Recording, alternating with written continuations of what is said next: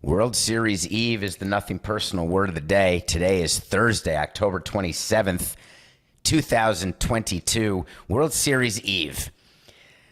When I say World Series Eve, you know how this process works with Nothing Personal. Coca and I talk about the show the night before. We talk about it the morning of. And it's just me and Coca. Just you and I. Just you and I. Sorry. So World Series Eve, what are you thinking of? You wanted to do an informal poll, so you can get on Twitter at David P. Samson and let me know. Let us know. You can tag Coca too at Matthew Coca CBS. World Series Eve. Is your first thought to start saying the poem "'Twas the night before Christmas and all through the house not a creature was stirring, not even a mouse"? Was that anywhere near the top of your cerebellum or the middle of your cerebellum? How about the back of your cerebellum? Anywhere. Not me. I was not thinking about Christmas. It has nothing to do with being Jewish. World Series Eve means the night before the World Series, not the night before Christmas. Sorry, Coke. I think you're going to lose this one, but we'll see what happens. Today's Thursday. World Series starts tomorrow. Amazing. So you get to spring training. The staff gets there first and sets up the clubhouse. You have to add lockers. I don't know if you know that. Auxiliary lockers are used because so many people are invited to spring training. You invite like 60 players, and you eventually get it down to your final 26 by the end of March. But when spring training first starts, pitchers and catchers report. That's the expression, pitchers and catchers reporting. But that's not actually accurate. Position players are also in spring training when pitchers and catchers report. But they're not supposed to be because they haven't had their physicals yet, so they're doing stuff, quote unquote, on their own. But we all violate the rules. We all are watching them throw and work out. They just haven't had their physicals, so they're not, quote unquote, officially reported yet. Official reports happen when you get a physical, you pass the physical, and then you have the first meeting. So the position players don't have to go to the first meeting with the pitchers and catchers, and I never fully understood this because the first meeting with pitchers and catchers, you line up from the president to the GM to the manager to the traveling secretary to the trainers, like wear sunscreen, be very careful with your arms, careful with the sun. Clubhouse manager says, please put your jock straps on the hanger to make sure that we clean them all. Meanwhile, 2 days later, the position players, quote unquote, get their physicals, quote unquote, report, and then we do the same speeches again, but we call it the first full squad workout. It's a total misnomer. So that's all the way back in the middle of February, and then you do workouts on all the different fields at these spring training complexes that are built with public money. You're practicing throwing over to first. You're practicing bunting. You're throwing bullpens. You're doing all sorts of stuff. You're taking BP and live BP. And then all of a sudden, your first spring training game starts somewhere around February 25th, let's say. And you play for a month straight, afternoon games. You sprinkle in the night game. The team is beginning to come together. You're making roster cuts, and we're not even in March yet. You hit March. Get to opening day. You have 162 games in about 183 days. The daily amphetamine-free grind of a baseball season should not be underestimated. You work, and you work. Finally, it's playoff time, and all you're trying to do is play in October. That's the goal of all the teams. Even the tanking teams have this illusion they have a chance. So October comes. You've won 101 games. You're all excited. You feel like you have a chance. You get eliminated. And then you start your off season, but some teams continue on. And then before you know it, you have your World Series matchup. And there's two owners left, two presidents left, two general managers left who have a chance to have a successful season. All of the other PR is just PR when you end a season and say, hey, we had a successful season. Hey, this was great. Can't wait to next year. We're building something here. Or you win 100 games, you lose in the playoffs, and you say, hey, we didn't get where we wanted to get, but we really put ourselves in a great position. The future is bright. It's all a bunch of horse hockey. All 30 teams want to be the last team standing. And here we are on the eve of a week where we will know. The latest is a week from this Saturday. 9 days from now, we will have the 2022 World Series champion. It's either going to be the Philadelphia Phillies or the Houston Astros. And the difference is staggering between these two teams, not just in talent level on the field, but actually what this World Series would mean to them. So the day before the World Series happens to be a very interesting day. And I know this from experience because we had a day before a World Series at Yankee Stadium. For the road team especially, it's fascinating. You're in the team hotel in Houston. We used to stay at the, I want to say it was the Four Seasons in Houston. It was right near Minute Maid, right near a mall. There was a side entrance. I can't remember the name of the hotel. I'd have to go back to the confidential book. They used to give a confidential book to everyone before the season started that had everybody's phone number in it. So bizarre. Remember in the beginning of cell phones when you guarded your cell phone as though it were your family jewels? Oh, I'll give you my office number. Oh, please don't give him my cell number. Now everyone's cell number is the regular number. They don't have regular numbers. It's not as awesome. Oh, you've got a cell? Hey, give me your cell. It used to be you had to call someone. Do you mind if I give that person your cell? Well, I'd rather not. How about my email? Which email? Oh, the one that's looked at by my assistant. People don't guard their cells as much as they used to. So when you're on the road the day before the World Series, you've heard me talk about how you check into the hotel. Philly got to Houston already. There's a table with all of their names and room numbers and special room services available for players 24 hours. That's a rule. A union rule and a collective bargaining rule. Every team hotel must have 24-hour room service. And if you stay at a hotel without 24-hour room service, they have to have 24-hour room service while the team is there. They get their schedule. It's called an itinerary, the World Series itinerary. And it shows that on Thursday, October 27th, there's going to be 2 team buses going to Minute Maid. Even though many players take Ubers, many players take taxis. You have to have 2 team buses. Generally, the broadcasters and executives are on the team bus, more so than players. The starting pitcher always takes the last bus. That's sort of a common thing in baseball. The starting pitcher for that particular day. So tomorrow, Aaron Nola will take the team bus, the last team bus to the ballpark. But today, you get to the ballpark and it's a workout. The World Series starts at 7:03 p.m. Central Time. The home team gets to decide what time they want to work out. You always want to work out around game time. When it's a 7 o'clock game, you're not going to work out at 7, and there's a roof, so you're going to want to maybe take the 5 o'clock slot, and then the road team gets to decide if they're going to work out before or after. In this case, I would assume the Phillies will work out before, so they will get to the ballpark around 11, 11:30. And then there's lots of media responsibility for the players, for the starting pitchers. It's why starting pitchers have to get officially named because they're going to meet the media. The managers, Dusty Baker, Rob Thompson will meet the media. Then there's a lot of hanging around on the field. You've got media with their credentials that are on the field. People are doing live hits to networks like CBS Sports HQ. You've got Fox there. You've got ESPN. When they were doing games, they were there. The lineup for the World Series has not been disclosed publicly, but the lineup has been disclosed to the players. So the Philadelphia Phillies, who are starting, are very aware of where they are in the lineup, where they're playing, who's going to be DHing, who's going to be leading off, etc. And what you're working on from a player standpoint the day before is you are trying very hard to make that day like any other day during the regular season.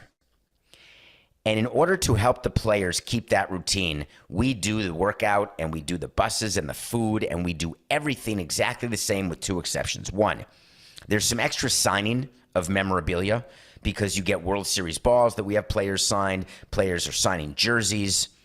And we've got an extra person in the clubhouse dealing with tickets. Because on a normal weekend in Houston, the Phillies players would have a system where they get tickets for their families and friends, and it's done with the traveling secretary. There's an automatic system.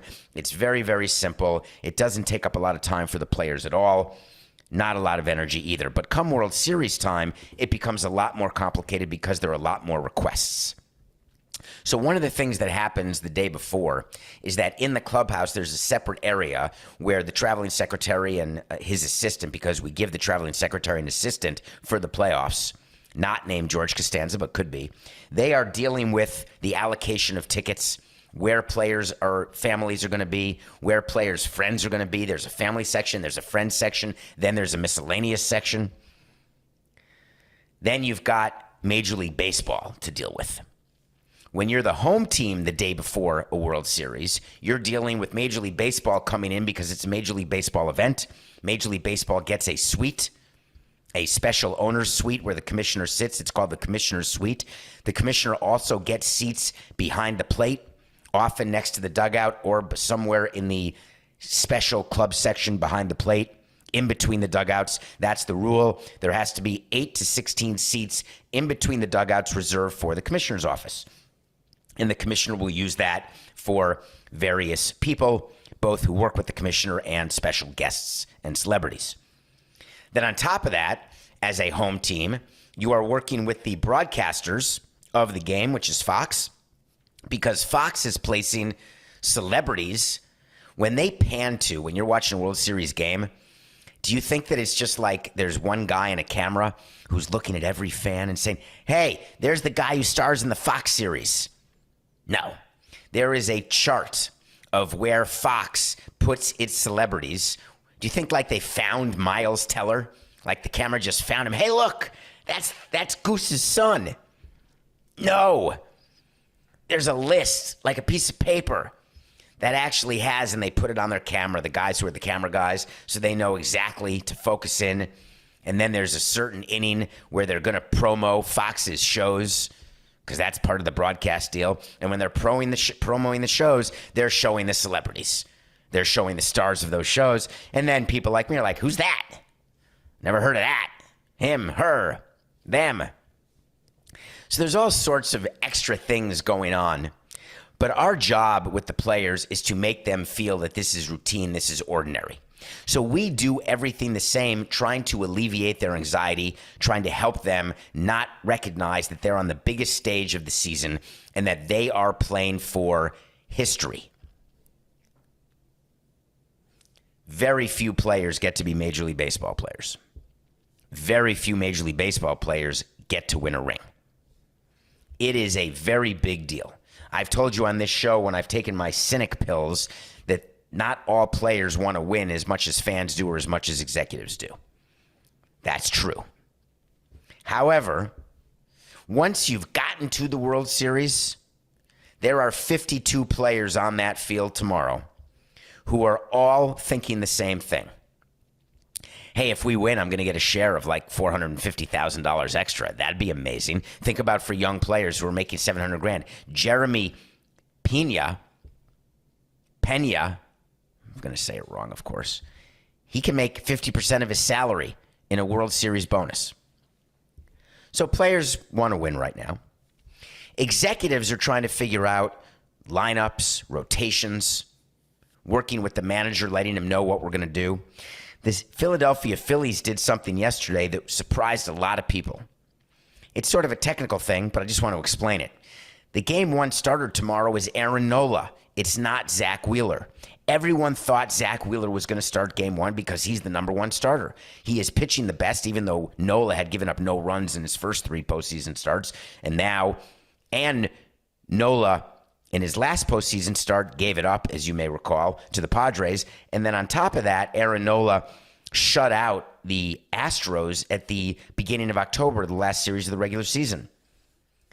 When you are putting your rotation together for the World Series, you are not thinking of just games 1 and 2. You are thinking of all 7 games. You have mapped out your rotation for the series.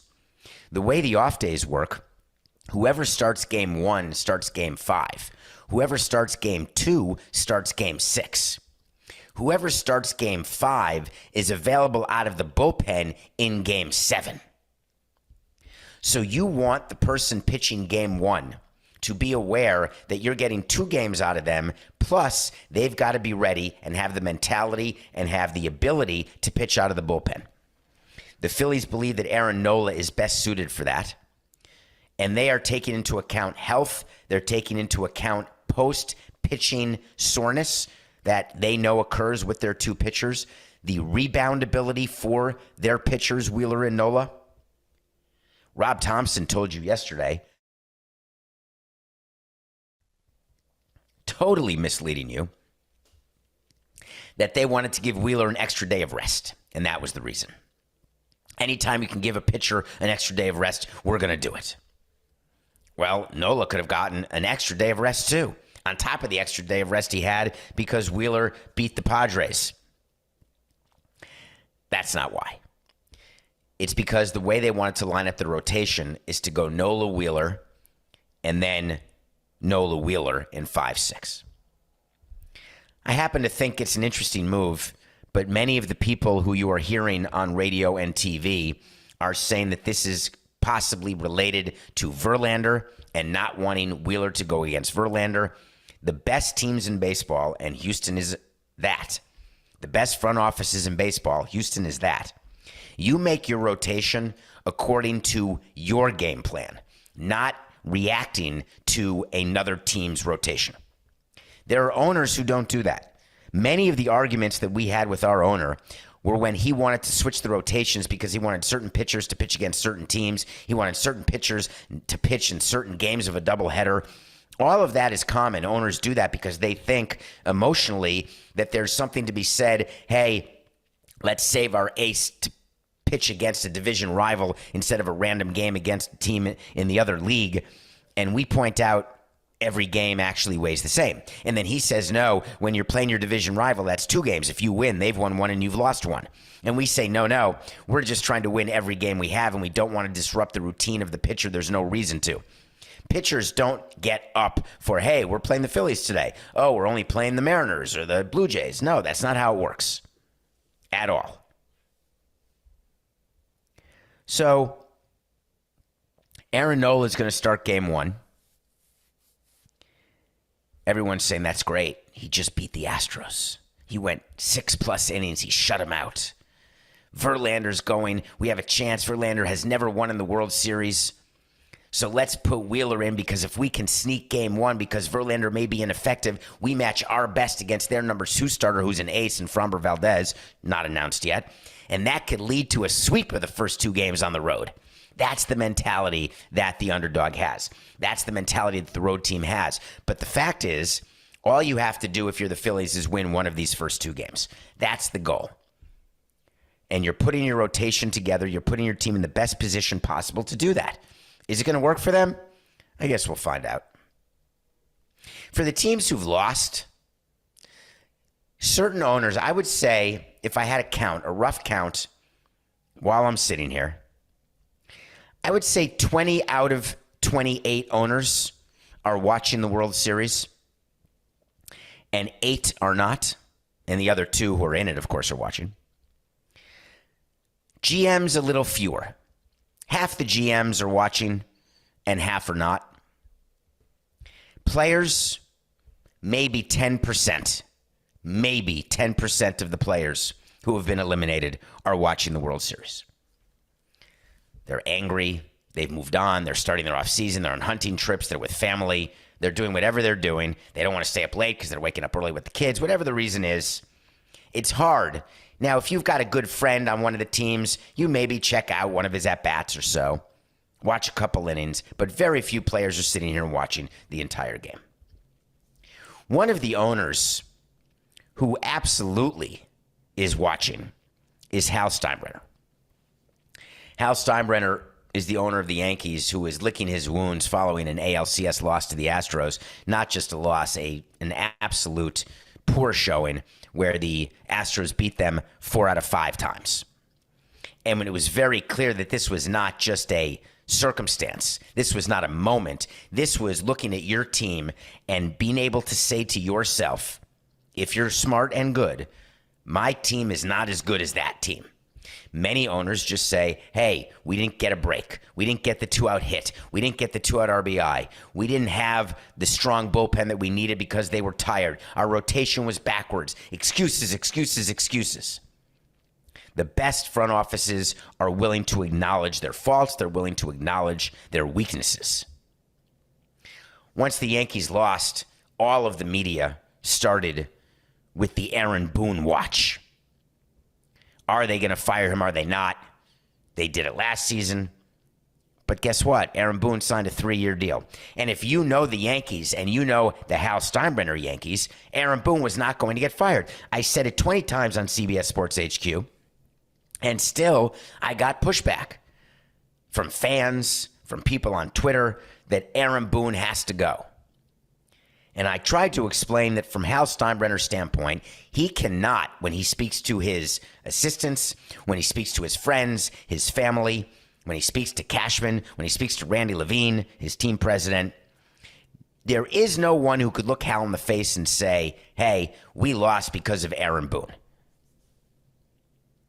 George Steinbrenner wouldn't have cared about that. He would have fired Aaron Boone. Hal Steinbrenner is totally different. So Hal Steinbrenner tried a different approach today, and I like it. He met the media, and instead of adding to the question, he ended the question. The only reason why you do that during an off season is when you've already made your decision. To end an inquiry during the season, there are myriad reasons for that, including you don't want distractions, you don't want the manager thinking he's on the hot seat, you want the players not to get tight, you don't want this aura of instability around you. So when asked about the manager, you'll get the quoted vote of confidence. In-season vote of confidences do not have much meaning because those who give them do not mean them. But an early off-season vote of confidence is the exact opposite. It's the 100%, this is what I mean. And if I say it, I mean it. Because off-season, Hal Steinbrenner could have said, and everyone would have said, that's perfect. Hey, the season just ended. I need to have time to decompress, and I'll start thinking about next season at another moment. I'll start thinking about the manager, the general manager, the Aaron Judge, the free agents. I'll start thinking of all that at another moment. And we would all say, that makes sense. But when you come out and say something like Hal Steinbrenner did, which is, I believe he is a very good manager, I don't see a change there. When an owner says, I don't see a change there, make no mistake, there's no change. What an owner could have said if Hal had said, listen, it's totally up to Brian Cashman. I'm going to wait to see how Brian evaluates the season, and then we'll be back to you. You can do that. You can say, listen, that was a very tough break. We're still trying to process the loss. Totally fine. You can say Aaron Boone has 2 years left on his contract. That's totally fine. That's a true statement. There were 20 ways that his PR person could have told Hal to answer that question, unless Hal had told him, which is the only thing he could have told him, we're not getting rid of Aaron. Then the PR person says, well, if you're not getting rid of it, then just end it now. And the way to end it this close in the offseason, when it's still raw, is just say, hey, we're not changing. I love that. There's no reason to have that hanging over your offseason. Let the front office focus on what matters for the Yankees, which is going down the list of needs, which starts with figuring out Aaron Judge and ends with improving their pitching, which is what I said needed to be done over the course of the past 6 months. Figure out a way to get guys on base. Figure out a way that it's not feast or famine in your lineup. Figure out a way not to bring in another Josh Donaldson. Figure out a way to get depth in your rotation. Figure out a way to not have Aroldis Chapman on your team. And you can't get to those issues until you get past the GM and the manager issue. Did you notice what he didn't talk about was Cashman? Well, I assure you, Cashman's coming back, and so is Aaron Boone.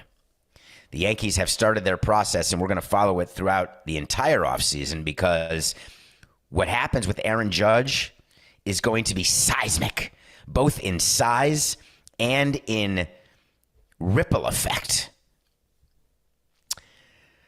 Thank you for your corrections. We do several things on Nothing Personal, but the most that we do is 45 minutes straight. Coca's talking to me in my ear. He's writing things down on this document. We don't have a prompter. We don't have anything written out. We have topics, sort of the idea of how many minutes we'll spend on each topic. And then, of course, that goes out the window once I go on detours and think of different things that we didn't even prep. So I make mistakes. Sometimes I say things that are wrong. I called Aaron Judge's season yesterday historical. Well, that's hysterical because that's a total misuse of the word historical. Aaron Judge's season was historic, not historical. So for all of you who corrected it, thank you. I read it. I listened to it, I heard you, and now I've corrected it. All right, when we come back, we're going to review a show that just finished yesterday, and then we're going to talk about some stuff going on in the NFL because it's pretty awesome. Hang around. We'll be right back.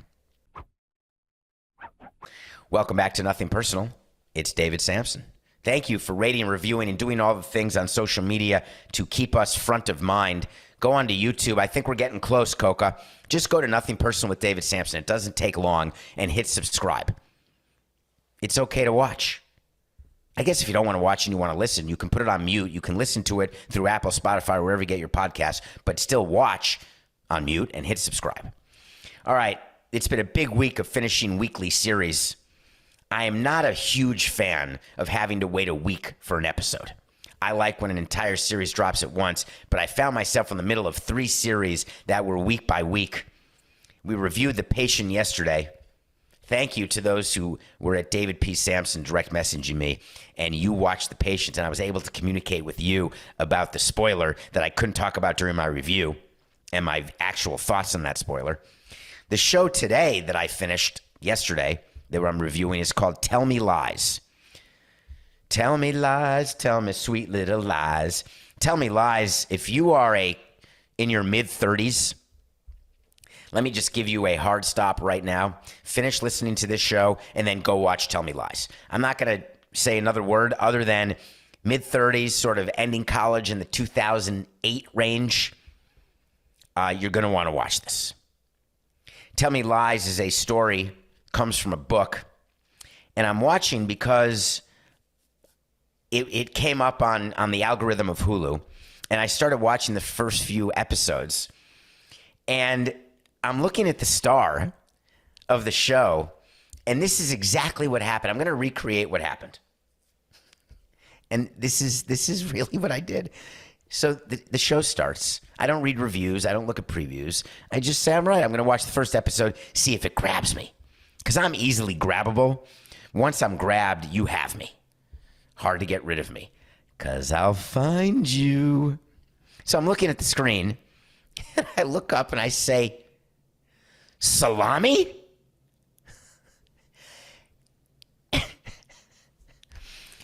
This is a boomer reference. And I realized that no one will know this because I looked at the recent demographics from CBS and we're skewing way too young for this. That said, there's the show starring Ken Howard called The White Shadow. It's one of my favorite shows of all time. I don't know whether it's aged well, but it's about a basketball team and a white coach of the basketball team. And one of the players on the basketball team is named Salami. And he's played by an actor named Timothy Van Patten. And I have no idea who's in Tell Me Lies. I'm just watching. But I'm looking, and I yell out salami. It's not like meatloaf, mom. I wasn't hungry. I don't eat salami. Guess what? Salami's old enough to have a daughter. Guess what else? Salami's daughter is old enough to be an adult in a movie and be quite sexual in this movie. This is Salami's daughter. I can't even. Her name is Grace Van Patten.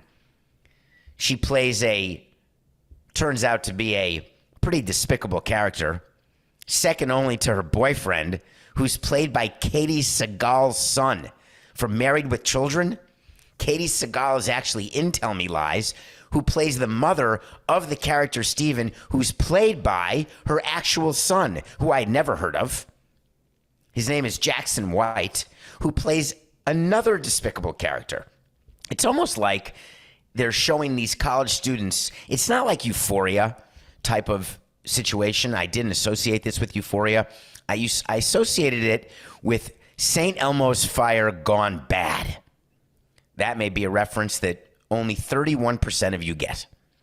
Tell Me Lies is a series that I don't care if you're 20, 30, 40, 50, 60, or 70, paying attention to Nothing Personal. Go watch Tell Me Lies. And if you yell salami, just let me know. Okay. I really liked it. I'm sad that it's over. It's got to get a season 2, though, right? For those of you who watch it and then watch the finale, which is now live and up. All right, Coca, play me some music. You know what I want? I want to talk to Samson. So you want to talk to Samson. There's a movie called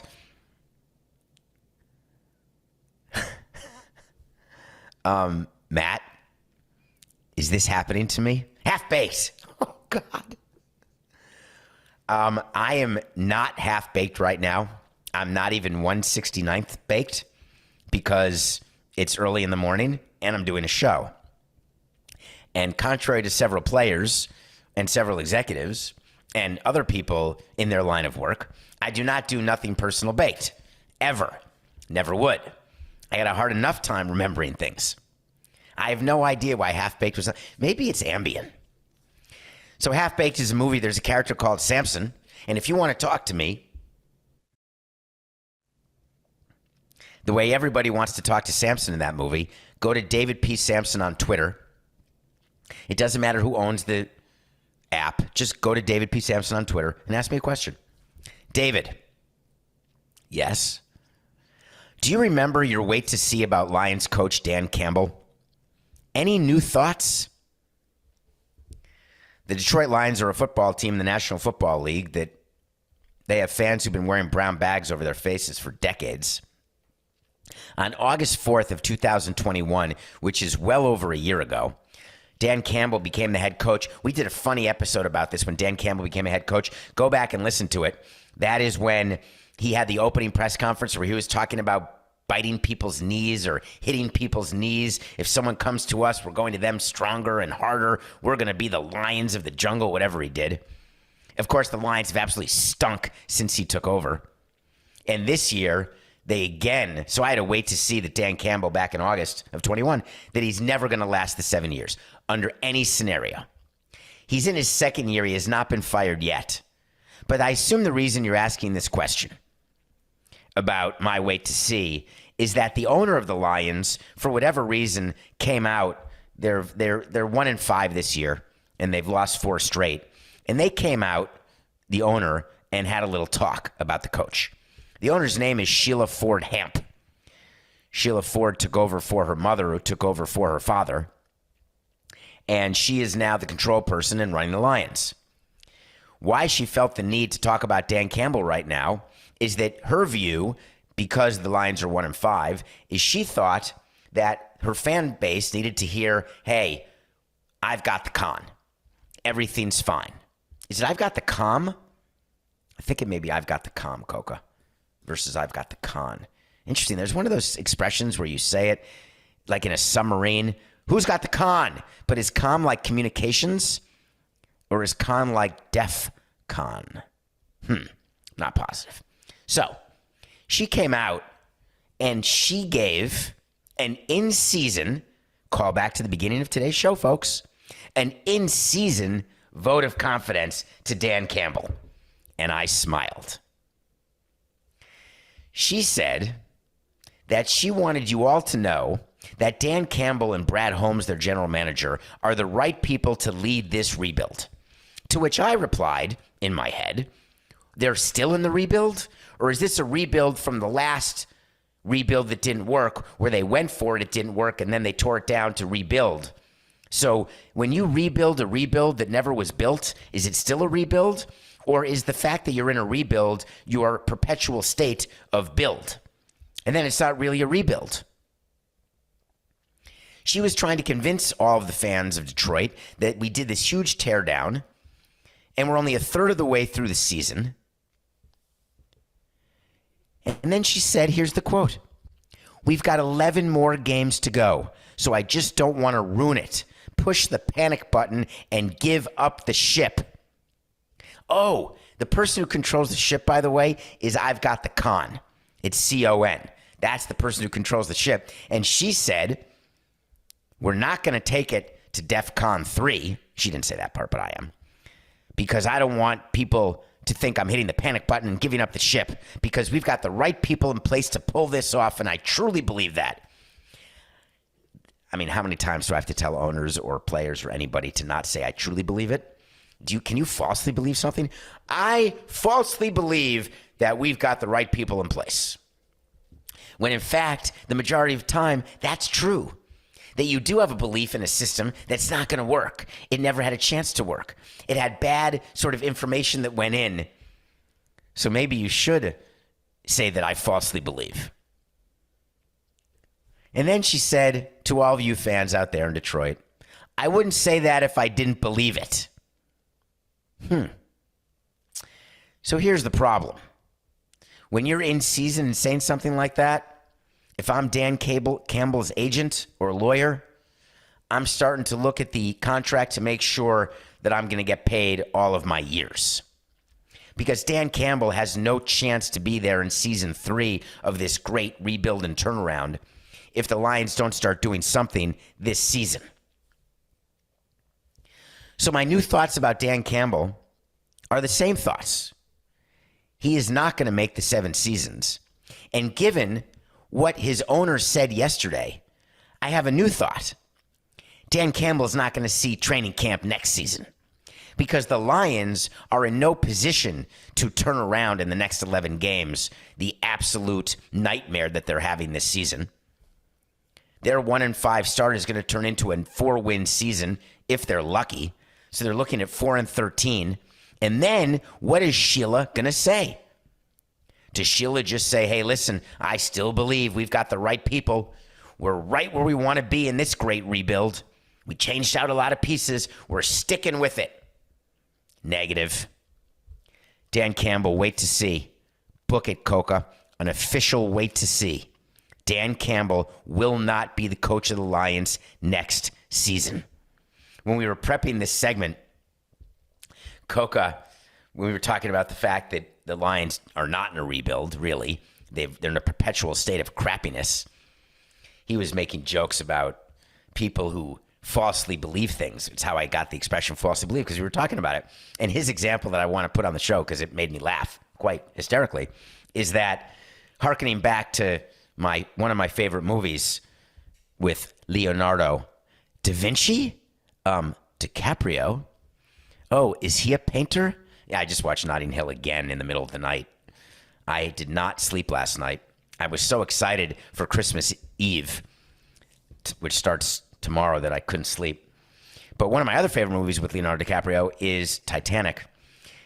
Do you think people built the Titanic thinking it was going to sink when it hit an iceberg? Do you think that owners, when they're rebuilding, think that it's not going to work? Of course they do. They think they've got the right pieces in place. They want to believe it. But we are a results-based business. And in a results-based business, it's very simple. If your ship hits an iceberg and sinks, and you don't have enough lifeboats, you should not have truly believed that you built the perfect ship. If you are rebuilding a team and you cannot win games, guess what? Either the players are wrong or the people who found the players are wrong. But either way, you're going to have to rebuild the ship. Dan Campbell's not going to make it. So I guess my answer to your question is, I don't have any new thoughts. I'm just making the thoughts come faster.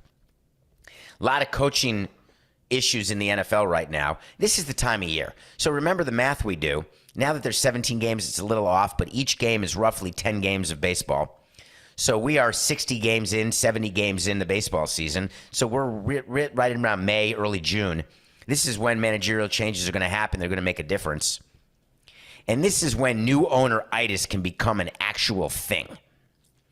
New owner-itis in the NFL, there's only one owner who has to take any sort of pills to deal with his new owner-itis currently, and his name is Rob Walton, who bought the Denver Broncos for $4.65 billion, and he has seen his team sign Russell Wilson to that huge contract, and then he's seen his team lose 4 straight, seemingly all on prime time.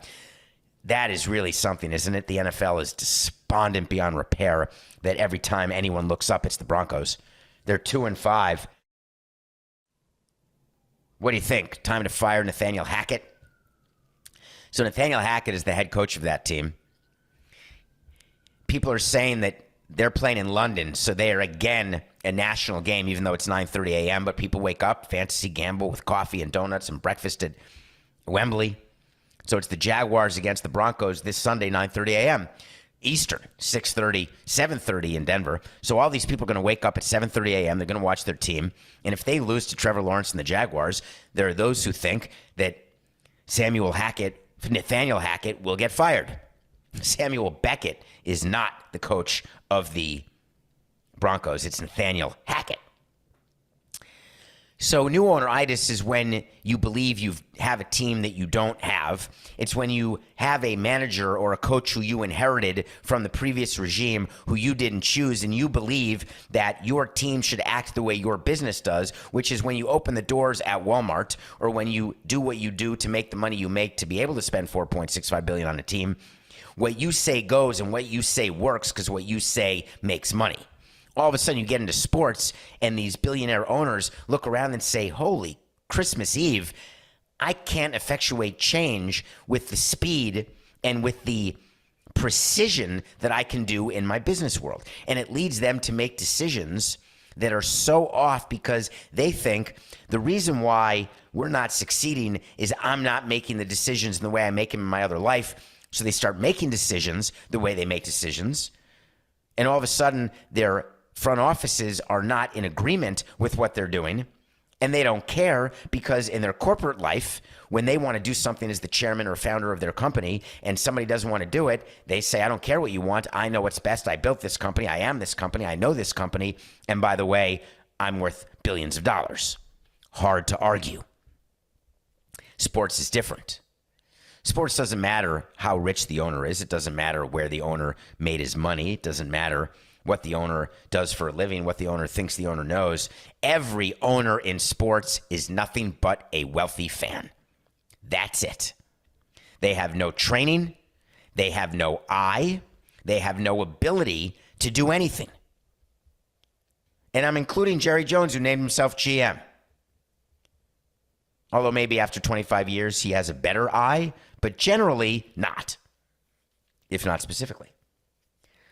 But Rob Walton's going to lose patience in a hurry. Nathaniel Hackett is coaching for his coaching life this weekend.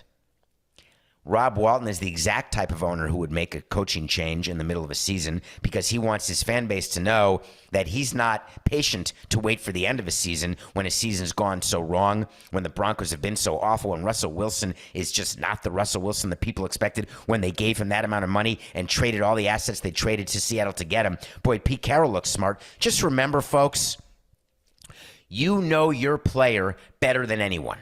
So when you want to trade for someone else's player because you think you're going to extract value or that you know better, if there is a player who you think should not be traded and is eligible to be traded and the other team is willing to trade, then just know they know something you don't. Pete Carroll is nobody's fool. If he's ready to move on from Russell Wilson, there's a reason. And you are witnessing that reason right now. Are there injuries in Denver? Yes. Is there a lack of talent in Denver? Yes. Is Russell Wilson a top quarterback in the NFL? No. Is Nathaniel Hackett going to suffer for that? Yes. New owner-itis is going to rear its ugly head.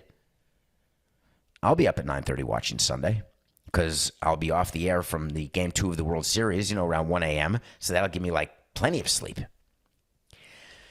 Nothing personal pick of the day. Were you nervous about the Bucks -4 over the Nets because I'd lost about 4 or 5 in a row? I wasn't. Did you watch that game? I don't know if I'm going to say it again. The Nets don't have a big three. I'm just not. That's it. I've said it now for the beginning of the season several times. I am not saying it again. And you can find me if I do. They've got Durant, they've got Irving, they've got Durant, and they've got Irving. And then they've got Durant.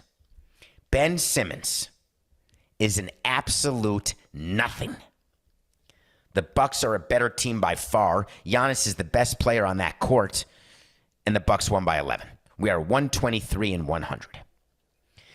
Well, we've got Thursday Night Football. Oh, Kyrie Irving did that? Oh, I got a Kyrie Irving quote for you after the game. Thank you, Coco. Will you write it? Write it. No, I hear you saying it. Write it. Okay. Kyrie Irving, after the Nets loss, said, you guys keep coming in here and asking me, what about Ben? What about Ben? He hasn't played in 2 years. Give him an effing chance. We're just here to give him positive affirmations. Okay. Thank you, Kyrie. That's just what Ben needs is positive affirmations from you. Do you know what's going on behind Ben's back, Kyle? In the front office? Total panic. Thursday Night Football tonight. I saw this stat, Coke, and you're a Ravens guy, so you should know this. The Ravens are 4-3, but they've had 10-game leads in every game this season. And every other team in history who had 10-point leads, who had 10-point leads in a game, in the first 7 games, they were all 7-0. You've had 10-point leads in every game, and you're 4-3. Is that a Lamar Jackson issue? A defense issue? A focus issue? A coaching issue? A Harbaugh issue? The best part about the Ravens this week is they get to play the Buccaneers. Hear me now and see me later. The Tampa Bay Buccaneers will not be in the playoffs. They are finished with the capital F. And for whatever reason, the Ravens are getting a point. Hip, hip, hooray. I am in. Sorry, Matt. Every time I do the Ravens, I think it doesn't work, right? But we're doing it. Ravens +1 over the Bucs. All right, that's it. Tomorrow will be day of World Series. Get ready. But for now, it's just business. This is nothing personal.